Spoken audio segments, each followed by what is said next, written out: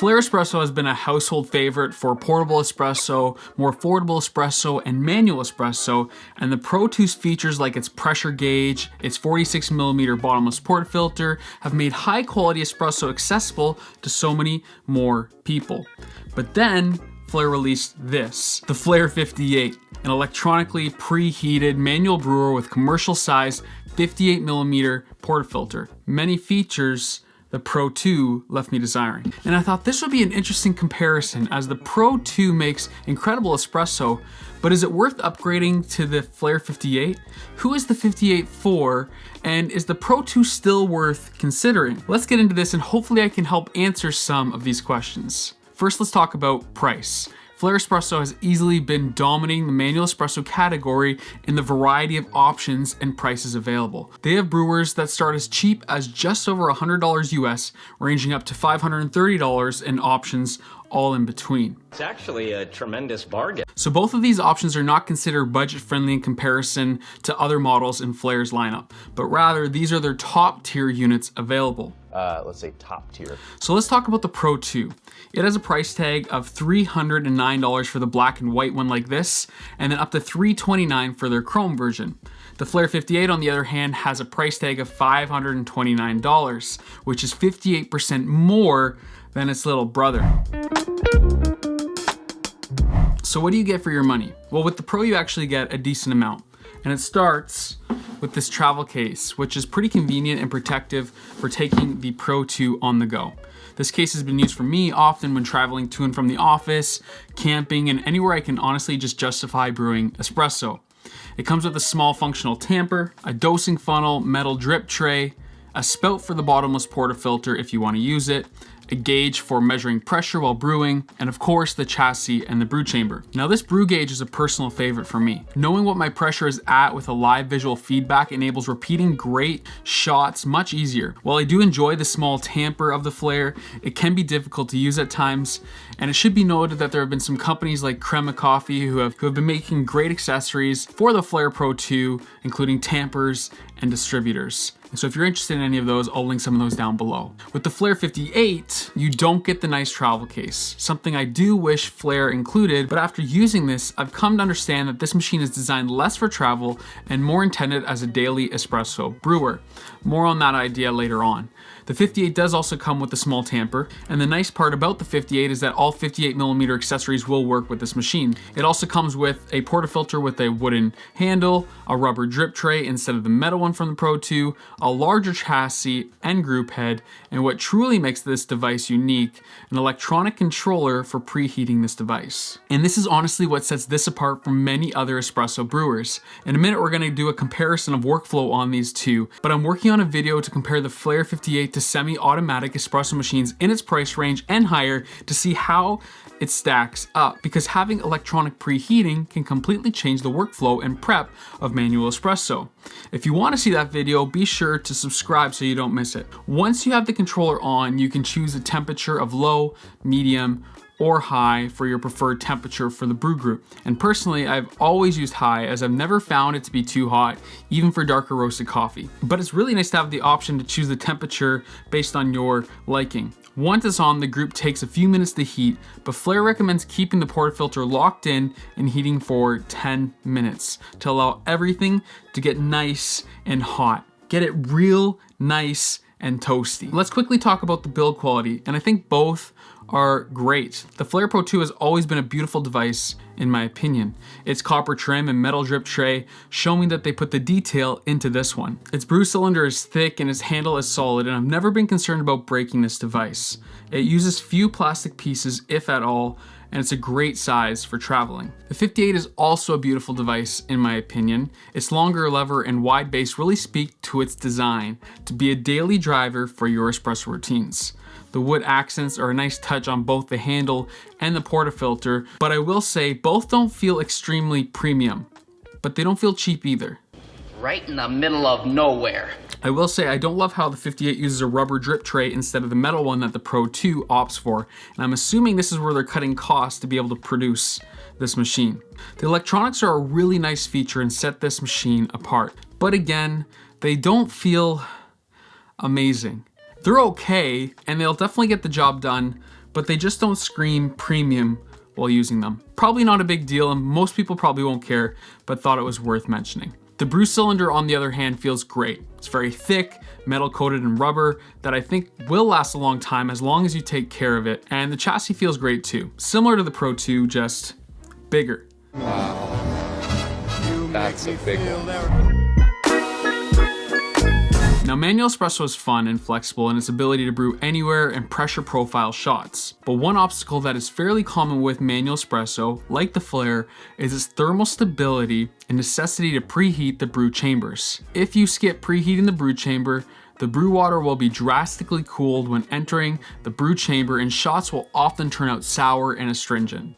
For the Pro 2, this means doing one of two things. The safest option is filling and dumping the brew chamber with hot water 3 to 4 times before brewing. But the way I preheat, and the option that Flair's communicated, is to use your kettle steam to heat the brew chamber. This is what I personally do while I'm heating up my water and I'm grinding my coffee. A little hack that I've found, I use the dose funnel from my Fellow Stag X brewer to sit on my Fellow Stag EKG, and then I place the brew chamber on this to preheat.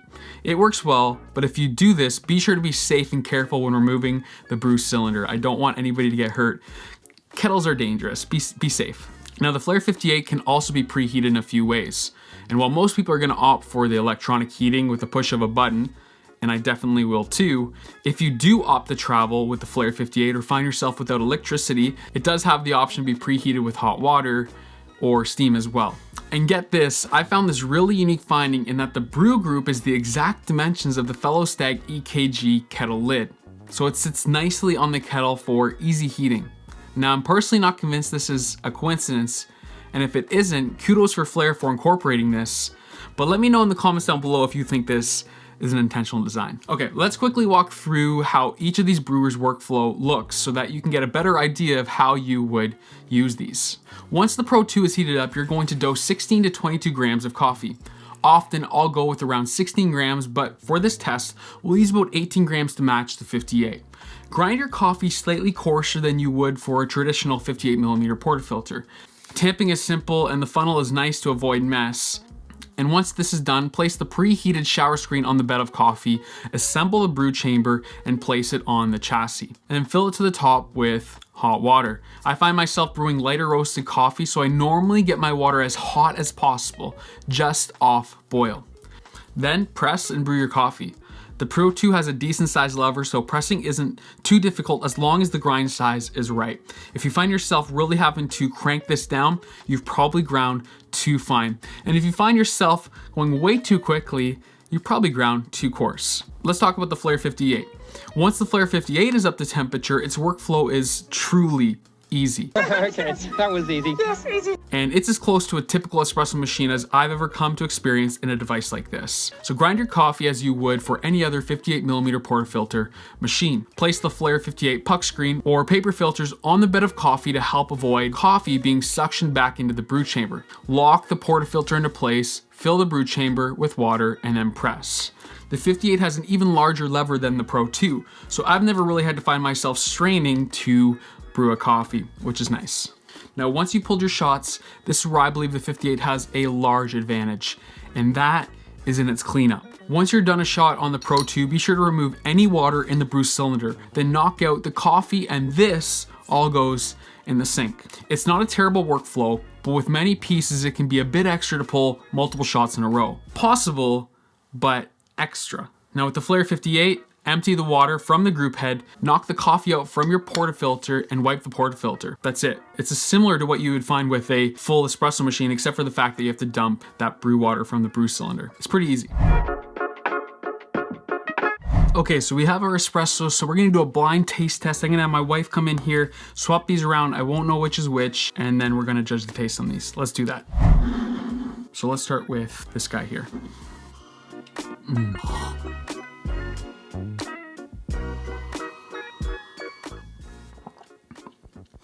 Interesting. So I think I know which one's which. This one has much higher clarity and acidity.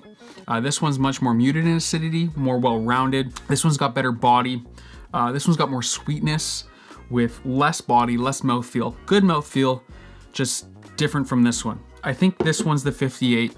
Could be wrong, but I think this one's the Pro 2. Yeah. So this is the 58. They're both excellent shots of coffee. With the Pro 2, what I'm finding is that the coffee is good in body, it's great in sweetness, it's a little less acidic than just your normal typical espresso shot you'd find from a 58 millimeter portafilter, but it's got more complexity. It's a well-rounded shot. It's got a lot of sweetness, especially in the aftertaste, a lot of sweetness there. With the 58, what I'm finding is there's incredible body, there's very good sweetness, there's good acidity. I'm finding more clarity in the shot than complexity of the Pro 2. Like I would enjoy either one of these every single day. Both are great espressos, and I don't feel comfortable telling you which you'd probably prefer. As you guys know, I mention often here that taste is so subjective, but the Flair 58 does feel like a more traditional espresso. It's got great mouthfeel and excellent clarity. I would even argue that the Flair 58 has more potential in the range of espresso that it can pull, based on the fact that this has a lever to be able to pressure profile, and many espresso machines don't have the ability to pressure profile or flow profile. The flexibility of the lever to do that is nice. Now, I'm not saying it's necessarily gonna make better espresso, just more flexibility in the espresso that it can create. So which Flair would I purchase? Well, I think this is interesting because as similar as they are, they appeal to a very different customer. At almost 60% more money than the Pro 2, the 58 isn't a cheap device. It has electronics and it's much larger. While you can remove the electronics and fold it up, it's really not designed to. It's meant to be a device in your kitchen or on your brew bar, and it's great at that. For some, it will be their only espresso machine in the near future, and for others, it'll be a complementary brewer to an espresso machine that they already have. Regardless, it is something I plan to use often for years to come. Pro 2, on the other hand, is portable and small. It's a little more work to make espresso, but if you want to save money, it's a great option. And there are options from Flair that are cheaper than this with slightly less features. The Pro 2 creates great espresso and it looks great doing it. Both are excellent, but if I had to choose one, I'd probably choose the 58 since I don't find myself traveling often these days, but I do recognize that it's much more money than the Pro 2. I think if anything, for the value, it's much better value than that of the 58. So I truly don't believe you regret the Pro 2 if that's what you decide on. It's awesome, an incredible little espresso brewer. So how about you? Which would you choose? I'd love to hear from you down in the comments below and let me know why you would choose it. But before you go, if you want to see some more Flair 58 videos or other comparisons, drop a like down below and let me know in the comments what you would like to see. Also, I'm going to be giving a Flair 58 away soon, so keep your eyes peeled for that. You can find all the items linked in the description down below, and some are affiliate links, so they do support the channel and keep me going if you want to do that. Be sure to tap that subscribe button if you haven't yet for more videos like this one. And if you do want to support the channel and have access to more content and win gear that I review, be sure to check out my Patreon. We've got a wonderful growing community over there, and I'd love for you to consider joining it. All right, love you all. Thank you. We'll see you guys next time. Peace.